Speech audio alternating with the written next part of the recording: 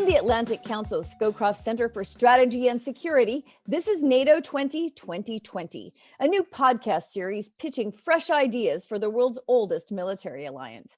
I'm your host, Terry Schultz, and I've been covering NATO a long time, so I know a lot about how it's been doing things, but this series is about how it could be doing things differently.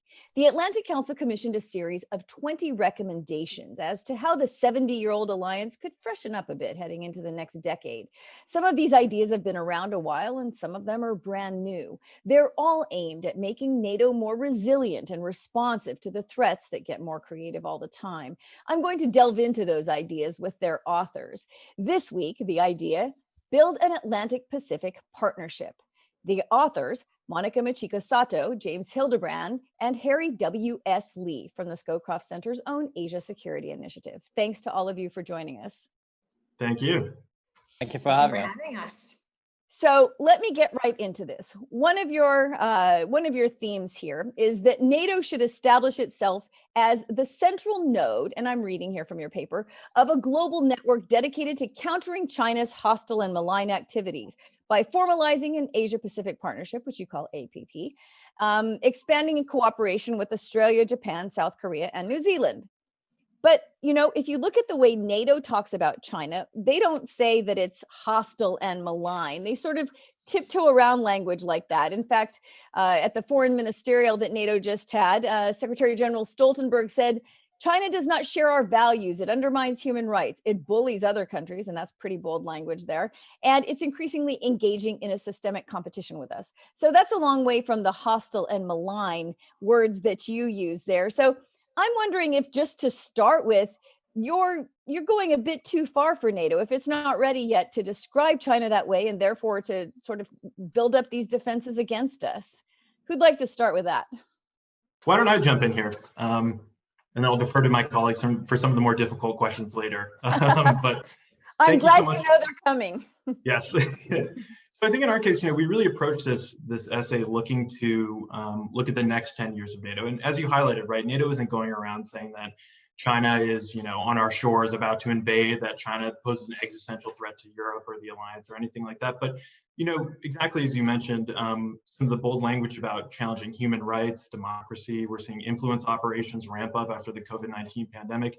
If we project these out, and again, we're not going to make any assumptions that, China is necessarily locked into this trajectory, but it's hard not to imagine some of those trends really starting to make the direct threat that China could pose to Europe and to the alliance more tangible and concrete 10 years down the line.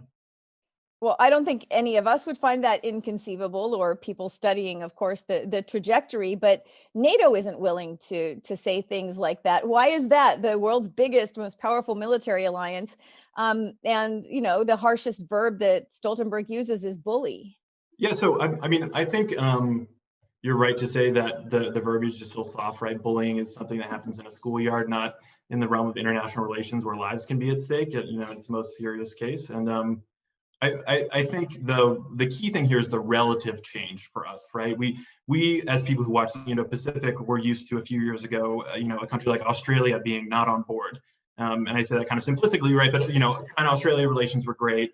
Some of our key allies were very hesitant to use anything suggesting China, presents a threat, in large part because they have such an important relationship with China economically, and they don't want to buy into, necessarily a bipolar worldview in which they make a binary choice. But even for us who follow the Indo-Pacific closely, right, we're seeing the Japanese defense minister label China a security threat. We're seeing Australia becoming a regional leader. So watching the change we've seen in the region we focus on, it's easy for us to imagine that language of like bullying or sort of systemic competition evolving more quickly than I think we would have assumed even a couple of years ago, to something more direct in the coming years if current trends continue. Well, it's funny to hear you describe that as coming around more quickly, because of course we know that last year, 2019, is the first year that NATO even really decided to focus on China. 2019. I mean, that's not quickly.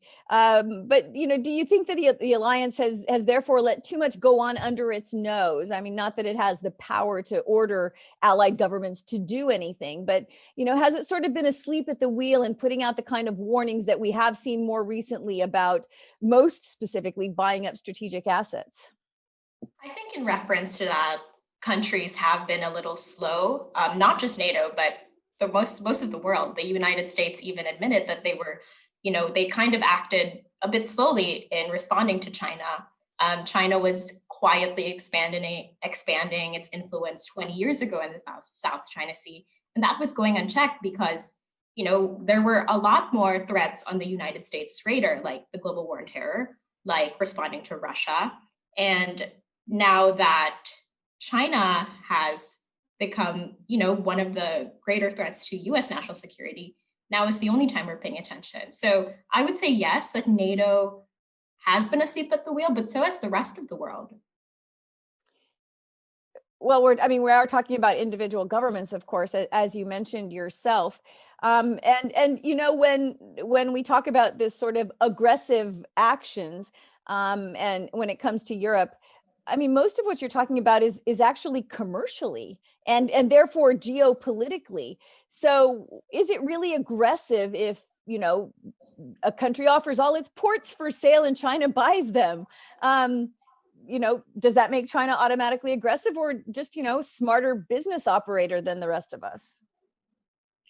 I think I can jump in here. I think that the nature of the threat that China is posing on Europe it's increasing in terms of intensity, and also it's increasing in terms of the sort of the range of realms that it's covering. And so, for instance, I think what we point out that in our report that China's sort of maritime expansion in the South China Sea and its sort of increasing encroachments into the Indian Ocean and the Arctic Ocean, that's posing a real threat on Europe's sort of access to global seaborne trade. And then in addition to that, we have this sort of increasing global military footprint throughout the Indian Ocean in the Middle East as well, and you also have these increasing influence operations that include sort of cyber attacks, attempts to control critical sort of digital infrastructures, and so these, and I suppose it's another sort of an answer to your previous question, but the nature of the threat that we're facing from China, it's sort of full spectrum in a way that we have not faced during the Cold War from the Soviet Union. And so this is, I think, one of the reasons why countries around the world have been slightly slow to wake up to China's threat. And the other thing is, of course, that Europe is not under direct sort of threat of Chinese land invasion or what have you, like countries in Asia. And so there's a bit of a delay. But as the sort of Chinese threat across spectrum in various different realms increase, and we would argue that it will, I think Europe will gradually wake up to it sooner rather than later. Yeah, I totally agree. And if I can just jump in and talk about the port angle specifically, because this is something we talked a lot about in our program, right? The United States has an incredible military presence all around the world, and if a single Chinese base in Djibouti is reason for sounding the alarm, are we being overly alarmist? And I think as we have these conversations, the point we tend to revisit is that no, a single port, legally leased port, something that's done not through debt trap diplomacy is totally reasonable. And if China is supposed to be a responsible member of the rules-based international system and engaging in international commerce is part of that, obviously. But I think what alarms us is we look at things that are more plainly aggressive, whether it's influence operations or, as Harry noted, actions in the South China Sea, which we feel comfortable labeling as hostile and aggressive. If that continues to expand, both in terms of scope and across time, but also across geography into the Indian Ocean, obviously we know China-India relations have soured very strongly over the past summer, and eventually into the Mediterranean, then a base in Djibouti is a very significant thing. And I think we don't want to, if we were asleep at the wheel, so to speak, before, we don't want to be asleep at the wheel again, where we are just treating what seem like, on their face, very reasonable individual elements of Chinese expansion. We don't want to find ourselves in a position where those then can be leveraged sort of across the spectrum for something very dramatic down the line. Well, I was thinking more about ports in Greece and ports in the Netherlands, NATO allies. And I think that those purchases, or those sales rather, are perhaps less understandable than in Djibouti. That may be, in fact, a more relevant base more quickly or more understandably. But NATO allies, EU governments went ahead and sold these ports in some cases, virtually 100%, giving control of almost 100% to traffic, if China chose to seize it, right? Yeah, and that really is the key challenge. So we do a lot of work on global value chains in our program, looking at this sort of same question, which is there something so wrong with building economic connections? Is it wrong for countries or private firms to act in their commercial interest? And I think the key challenge we keep converging on is that we're seeing national security and private economic interests really starting to come together in a lot of places in ways that we as part of countries that are part of the rules-based international order are not necessarily comfortable with parsing really quickly, right? It's easy for a more directed economy to say, okay, shut these sectors, prevent these investments. But for countries who say that the international economy depends on things like free trade, tariff reductions, free exchange of goods and services and ideas, to say that we should shut down investment in one area or another is uncomfortable. But it's a conversation where I don't have a clear answer yet, and I think a lot of people much smarter than me are trying to figure it out. But you're absolutely correct that it's unclear how we're supposed to define the economic relationship with China if we think fundamentally the relationship with China is going to be framed by strategic competition in the long term. I don't know if Monica or Harry have thoughts on that, but yeah, I kind of wanted to add on that point. So for example, we see the example of the South China Sea, which is pretty much access to the market and the global trade of Southeast Asia. And as we can see, there are calls now for the United States to decouple from China, to move its supply chains away from China and invest more in Southeast Asia. But if Southeast Asia keeps making these investments or these, military actions with China, who's to say that it'll be harder for European markets, for American markets to go in to Southeast Asia if they're already heavily influenced by China?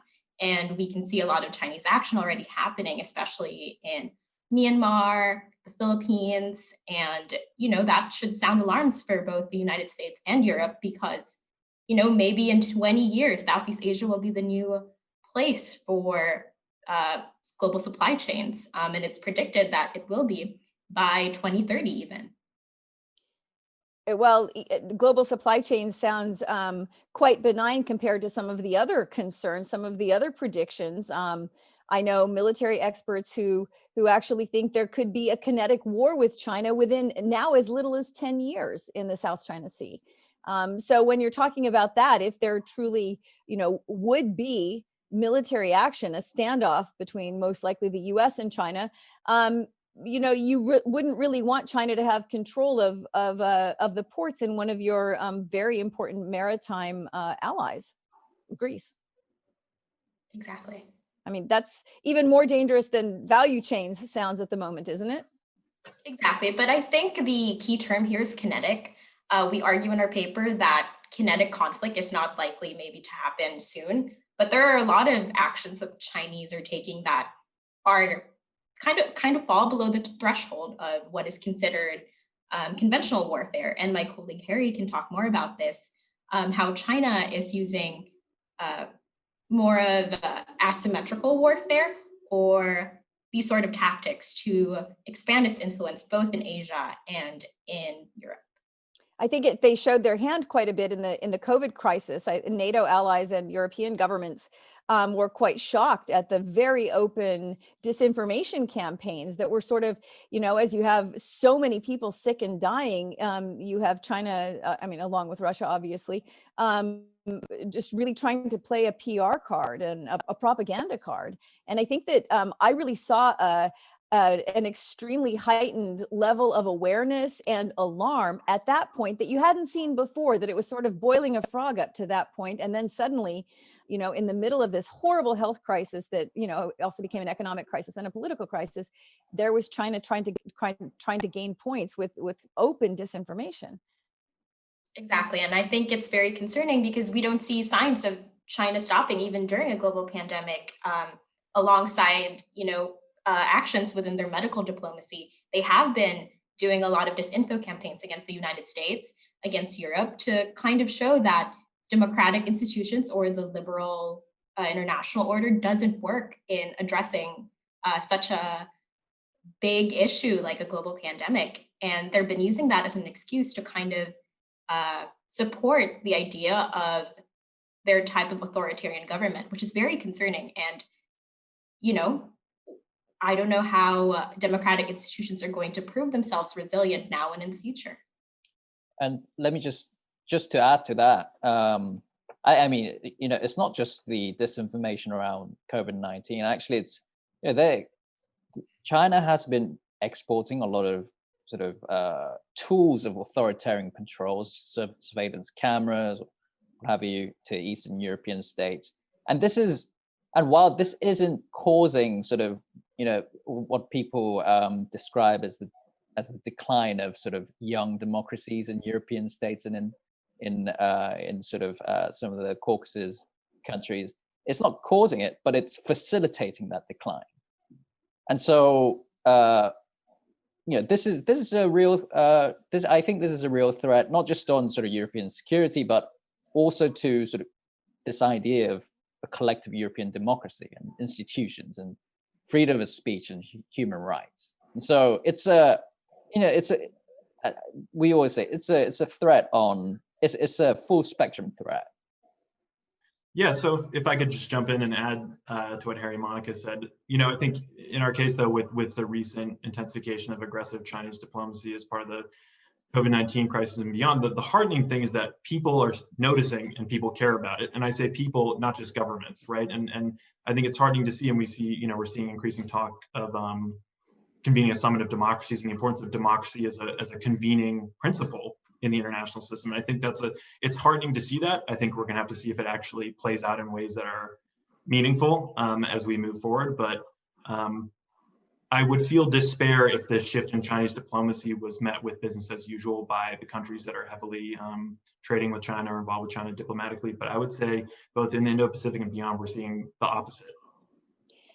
But let's talk about that, because that's a huge point here in Europe, because you have such a divergence of opinions. This has come out, of course, very blatantly in the debate over Huawei, where the U.S. pressed allies in every method that they could, bilaterally inside NATO, with pressure on the European Union. And you still have countries that will not, certainly divest from Huawei technology. And you even had the German government, which has now been making louder noises about concern with China, saying we won't ever completely decouple our economy from China, so we need to look at what we can do to safeguard it better. But you can't get these 30 allies, the 29 if you take the US off, on the same page on China. They've got too much investment. The Belt and Road Initiative made too much headway. I mean, a lot of these things are not, I would guess, are not reversible. A lot of this progress that China has made in getting its, in playing its hand here, don't you think? So that's why in our paper, we argue that the Atlantic Pacific Partnership should focus on the current bilateral relationships that NATO already has, like Australia, Japan, South Korea, and New Zealand, all who have been very active and have called out China on its recent actions. And regarding having, NATO's member states not completely agree on its ideas on China, it's the exact same situation for countries within China's periphery.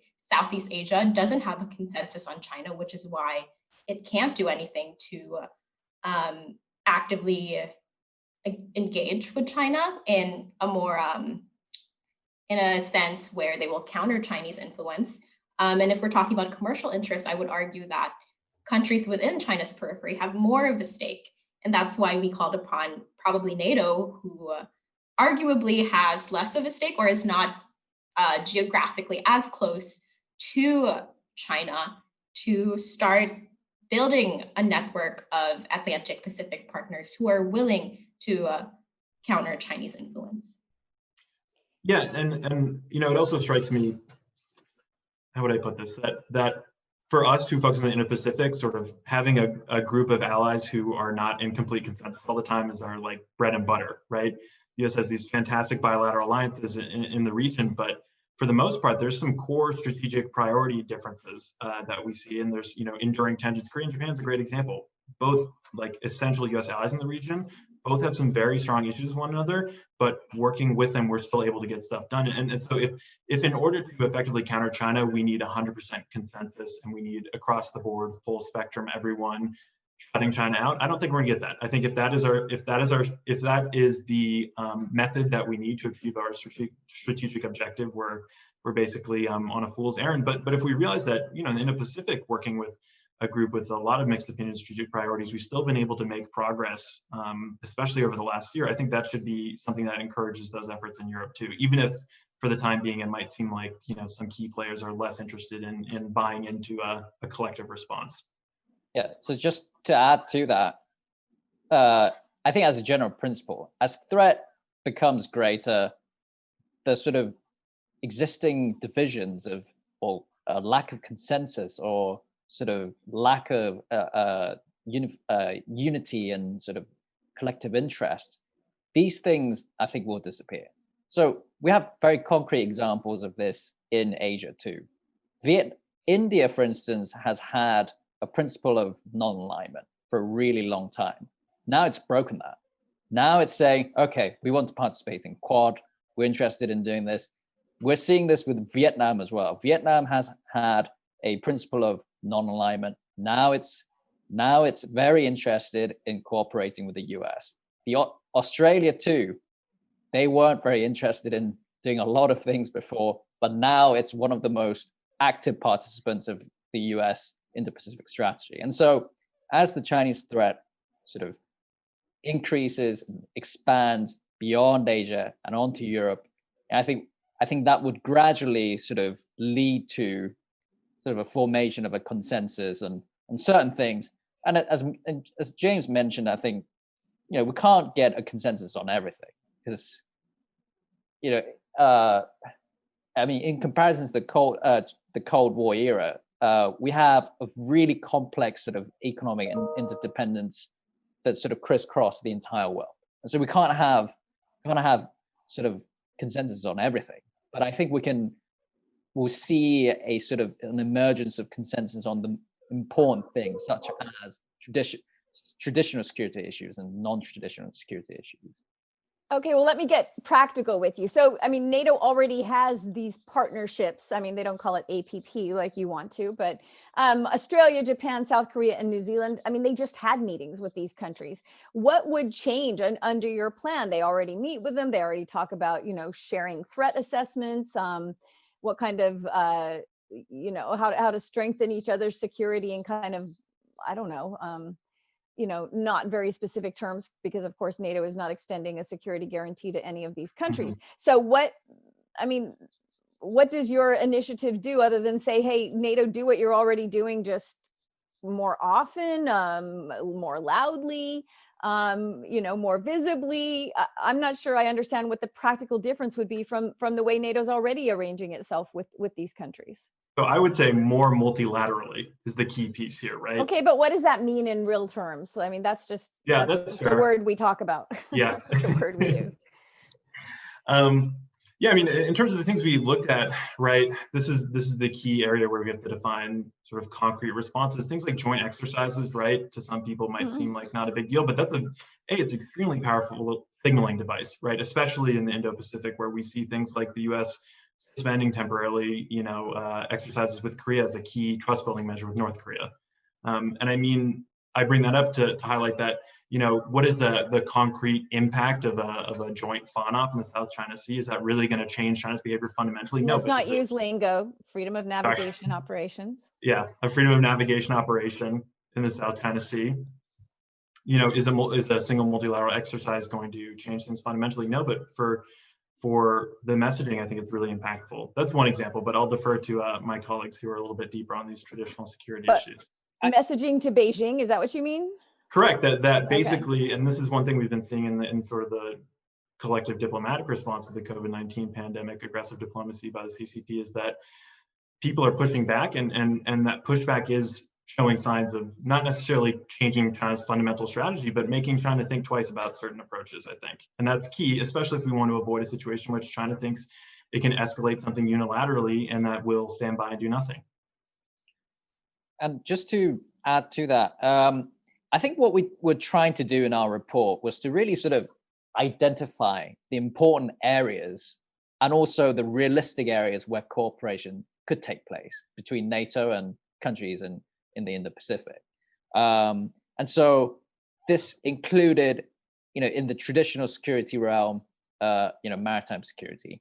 And then in the non-traditional sort of security realm, we talked about how, so like NATO, just to briefly just do a survey, NATO has 7 sort of baseline requirements for resilience that emphasize government stability, provision of essential services in NATO member states, and civil support to military. So these things, they do address vulnerabilities sort of associated with Chinese espionage or control of 5G networks, but they don't really address the broader sort of gamut of Chinese influence operations in other realms such as supply chains, society and politics, cyberspace, business, infrastructure development, and more. And so these are the sort of areas where this is that's what we were trying to do in the report, sort of identify important areas where cooperation is realistically possible. And so those are the sort of areas that we had in mind so far. But you still need NATO on the same page to approach these other countries as a single entity, and they're just not.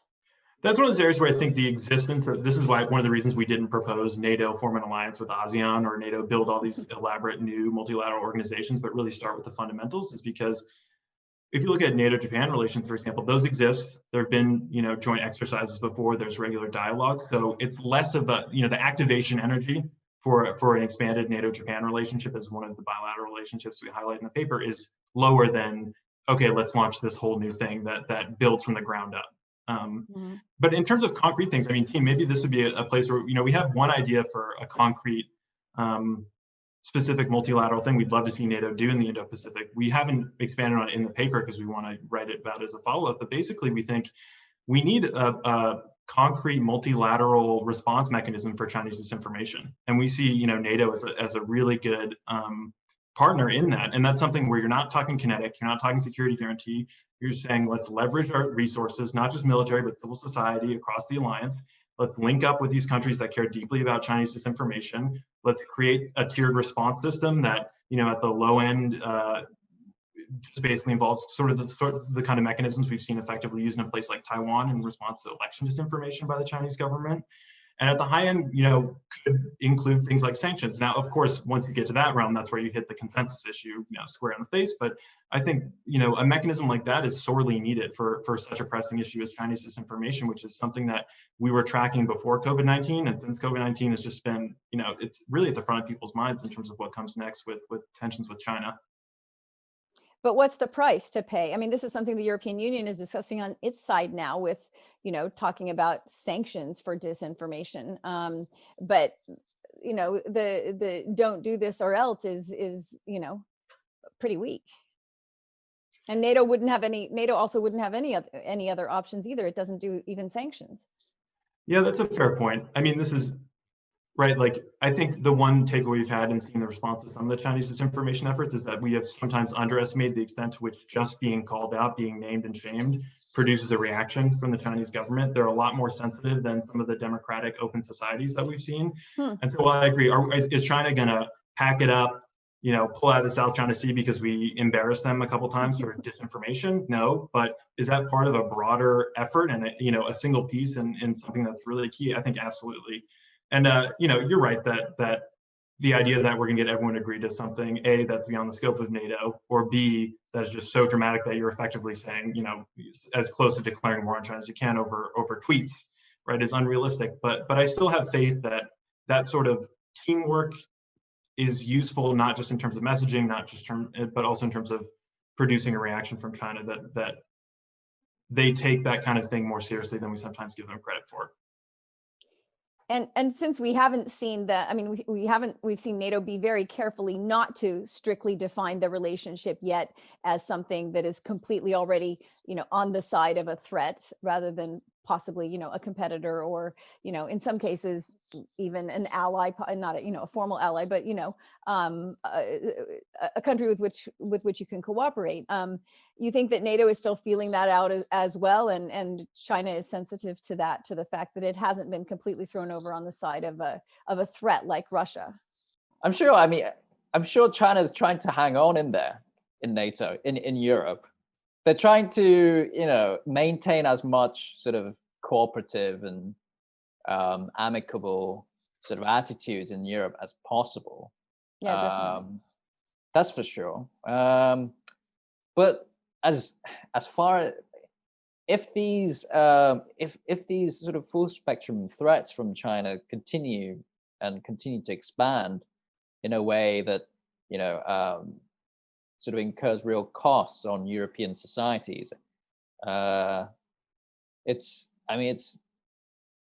now, yeah. So yeah, I mean, Europe still has trade relations with China that they preferably would like to, maintain.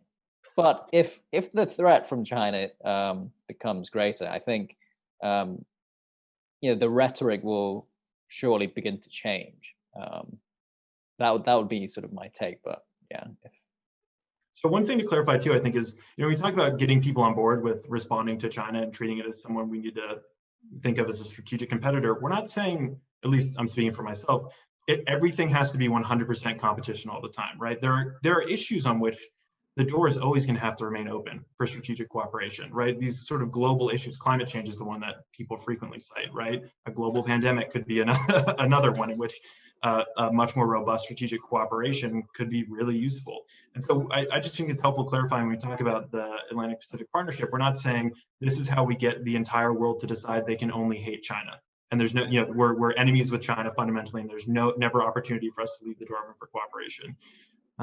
We're open to it. There's places for it. And I think you're right. As long as that door is open, then that might also shape Chinese behavior, and they might take places where they think that cooperation door could be open further more seriously, like Europe. Monica? Just to add on to what James was saying, Dr. Kurt Campbell in our annual Atlantic Council Korea Foundation Forum actually pointed out that in terms of the US-China strategic competition, there are areas where, I think his exact quote was something like, we must compete where we must and cooperate where we can. And that is how we see NATO should also treat China, because, we see that these actions from China are just going to be expanding. But I think if NATO, announces that China is, a threat or a systemic rival to them, that'll be a big thing, because I don't think any multilateral institution that is focused primarily on, defense, military, has announced China to be one of their greatest threats. But my colleagues can correct me if I'm wrong, but that is my understanding of it. Well, isn't there also then the worry that, as you point out in your paper, the coordination between China and Russia then would increase? China may feel like there's no reason to, keep a distance from Russia. I think that's going into the very complex relationship between China and Russia. I think predicting that is a little bit of a stretch. They might be able to join together, but there are reasons why they haven't yet. And I think that is going to take place moving forward, that they're going to just see more differences than advantages to joining together. Yeah, I mean, just to add to that, I think, we've seen some instances of, some new instances of China, Russia conducting military cooperations in sort of Indo-Pacific and in Europe too, but especially in the Indo-Pacific, for instance, with the sort of with the purpose of undermining U.S. alliances. For instance, when there was a dispute going on between Korea and Japan, and China and Russia, they did a joint sort of air patrol thing where they basically flew their warplanes over this island that Korea and Japan were disputing.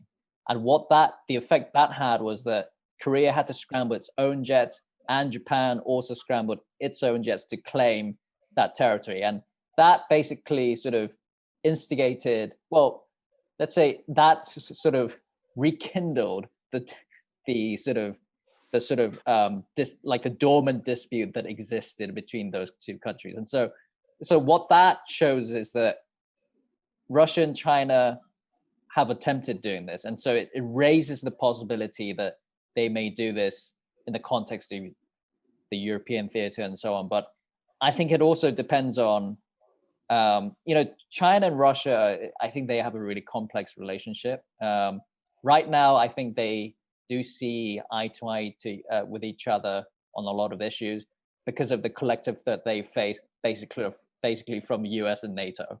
But I would say that, Russia also is afraid of China too. It shares a border with China. China has one of the greatest military forces in the world right now. And so that relationship, I don't think won't be, I'm not sure, okay, maybe I shouldn't make any forecasts about whether Russia and China will become allies, but, I think it's a relationship that it's a very sort of business-like relationship that's fragile, but it's because a matter of convenience.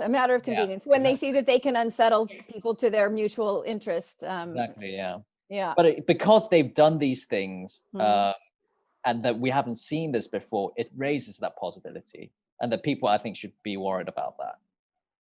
Okay, well, we're running out of time, so I want to, even though you say you don't want to, I'm going to ask you to make predictions about what the next move will be. Whether I'm very interested in your expertise on how you think China will respond if NATO does, as it says it's going to, as was recommended in the reflections paper that just came out. The rethinking paper, NATO 2030. It was quite heavily focused on China in saying that NATO really needs to move ahead now and recognize the threat, analyze the threat if it's a threat, and then take action. So including as your paper suggests, deepening the relationships with these countries. And so what do each of you think the next move will be on the chessboard on both sides? What do you think NATO will do? I mean, I kind of feel like it feels overwhelmed at the moment and it's not interested in perhaps putting its energy in this direction, but I'm not an expert on this particular geographical area. So what will NATO do and what will China do in response? I'm interested in a quick answer from each of you before we wrap up. Go ahead, James, you want to start? Sure.